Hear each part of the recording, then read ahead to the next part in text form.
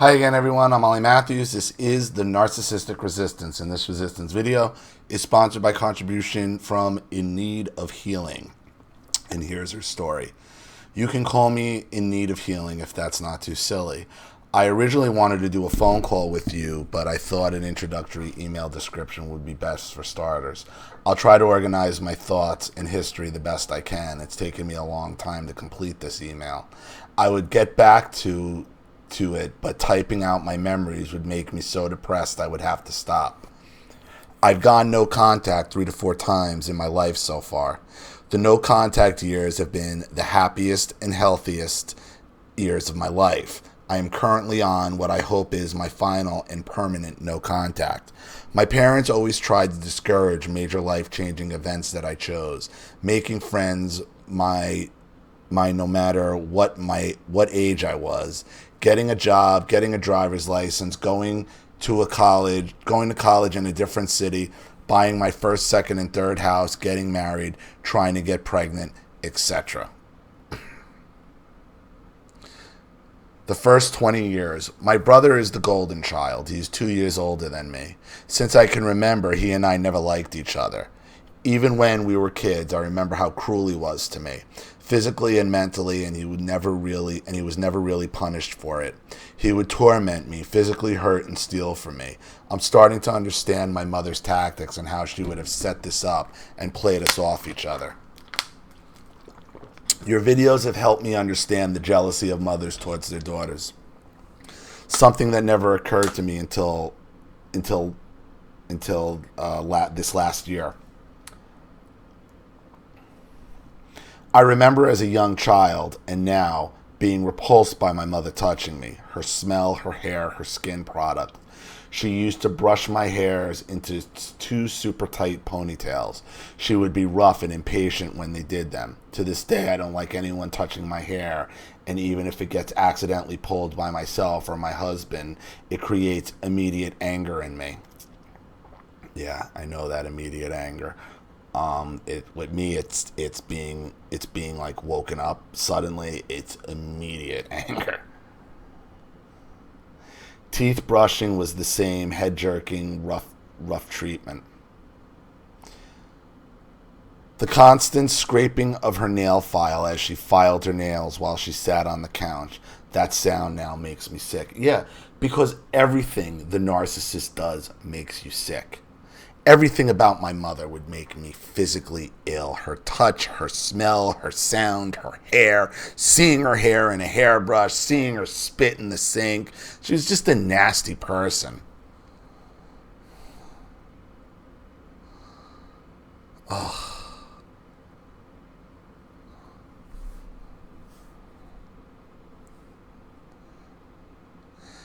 I remember when I was about 5 or 6 years old, we were swimming at my grandparents'. My mother had a bathing suit on and had very bad dark varicose veins on her legs from being pregnant twice. I told her that her legs looked like road maps, a very innocent, logical comment for a child. She slapped my face and proceeded to guilt me into tears, yelling at me that I had done that to her and she had ruined her body having me, and how ungrateful and rude I was. I got the same thing when, I pointed out my mother's, my mother would try to wear a bikini with her fucking stretch marks, and I'm like, what did I call it? I think I called it like a sack of, like, why does your stomach look like potatoes or something? Same thing, slap in the face, and how insulting, and it's my fault.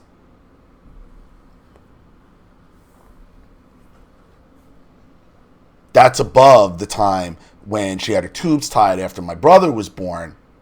Okay, this was before my brother was born. After my brother was born, she had her tubes tied and had to show me her fucking shaved clan and said they did this because of me. This is why even every thought of her sickens you.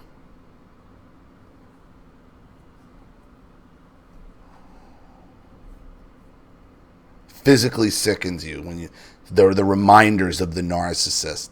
Physically sicken you.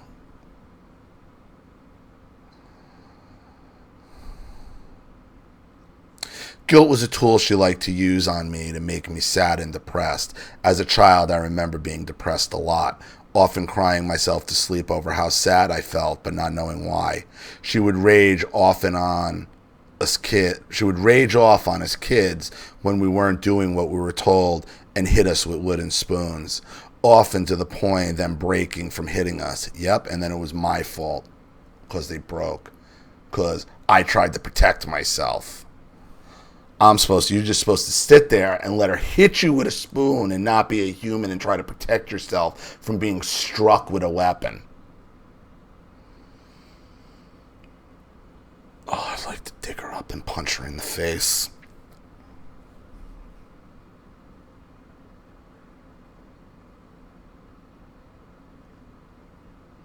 She once broke a long plastic toy on my brother.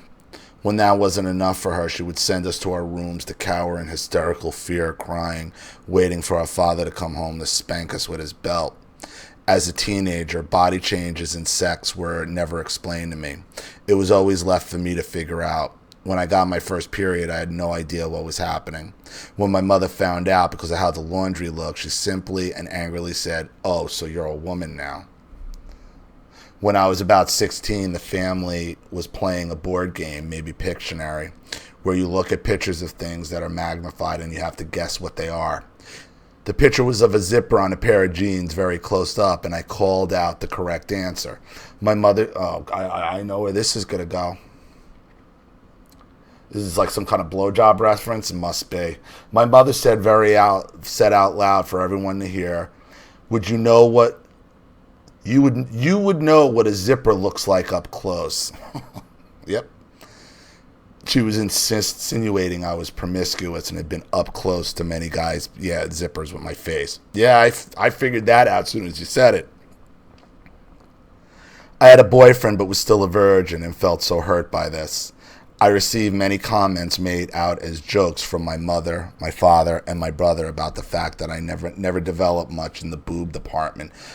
Why? Your brother and your father are talking about your tits? Really? And your mother? It's bad enough for your mother, but your brother and your father too. Nice. The first big purchase of my life was a boob job at the age of 21. I felt I had no value and nothing to offer a future husband. My mother took many opportunities to throw the boob job back in my face.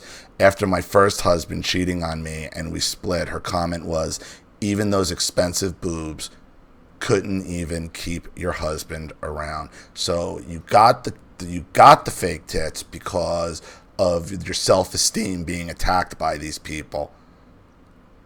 And then they use them again to further attack you with for the rest of your life. There's a reason why any reminder of her sickens you. And 10 years later, when I was rubbing my shoulders because they were sore, her comment was, "You shouldn't have gotten that boob job. Now you're paying for it." Nothing about how to thrive in life was ever explained to me. Nothing about boys, mean girls, manipulative people, dangerous people, how to watch out for people who would lie to you for whatever they wanted, money or life finances, how to find a good man to marry, what priorities would lead me to a better life, better outcome in life. All the things I've seen in movies and yearned for. Yeah, because she don't want it and she never wanted any of those things for you. The narcissist doesn't want those things for you. When it was time to apply to colleges, I applied to ones all out of town. I couldn't get away from them fast enough. I accepted to a college 2 hours away and jumped at the chance. I told my parents 3 days before I was moving out. They were pissed off and told me, "Don't think we're going to support you." I never thought they would, so I was already prepared financially. Even though my brother had been away at college for 2 years now, and they had paid for everything and had supplied him with 2 cars to date. This memory stands out as particularly hurtful to me.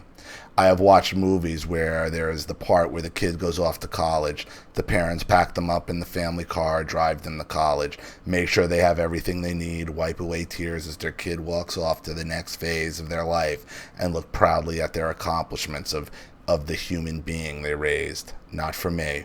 I barely got a second look, and you're on your own. Yeah, those fairy tales only happen in movies. They aren't meant for you. The next 20 years to present.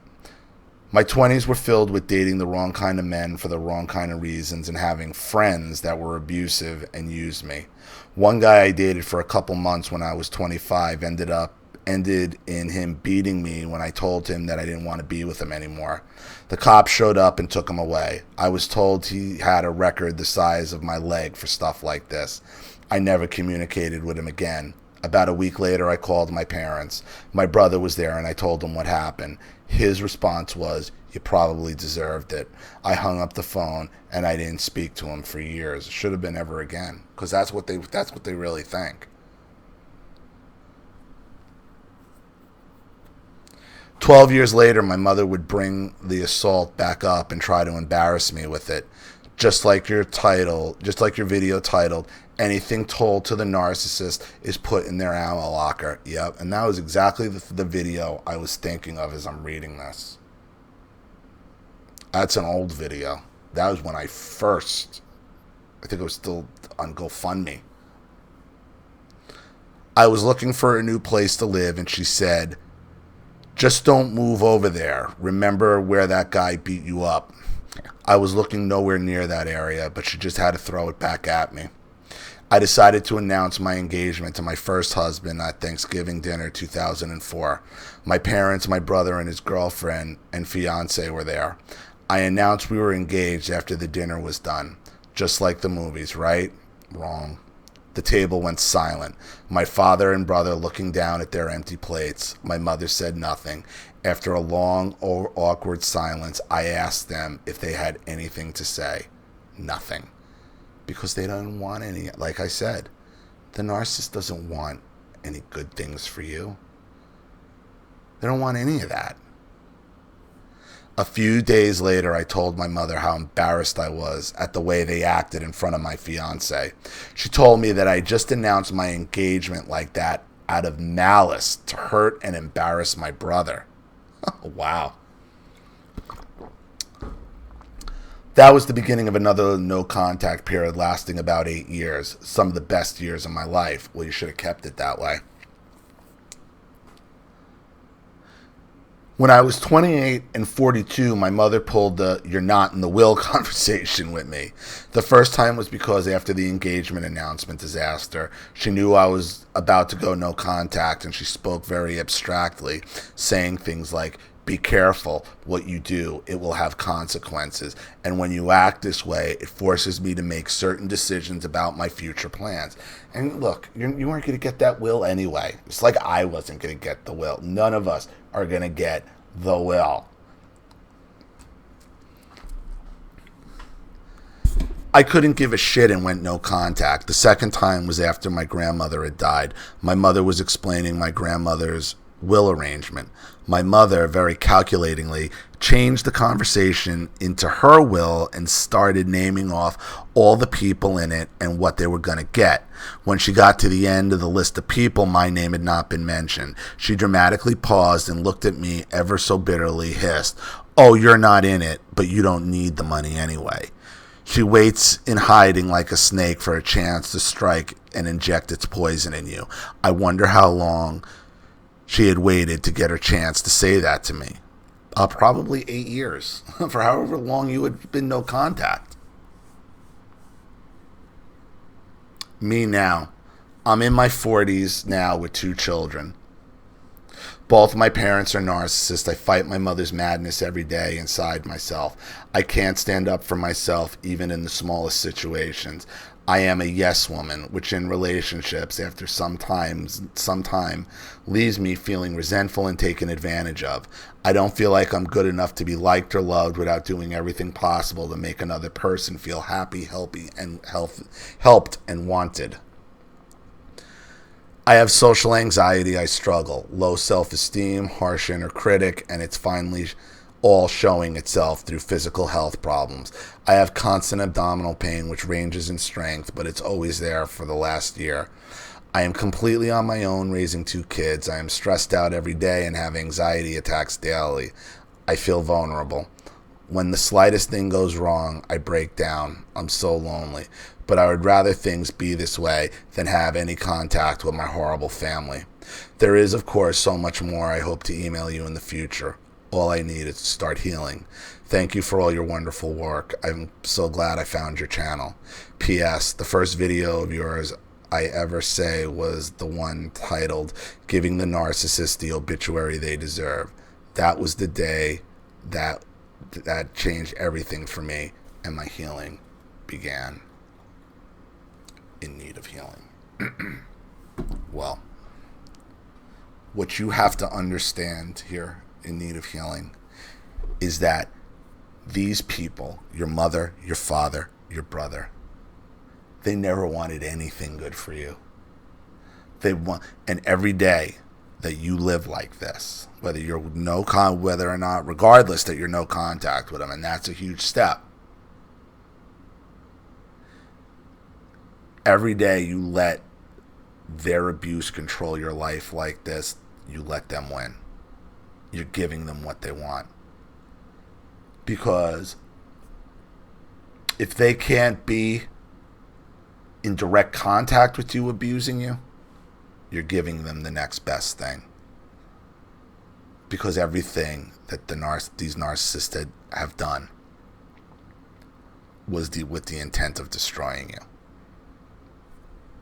It's that simple.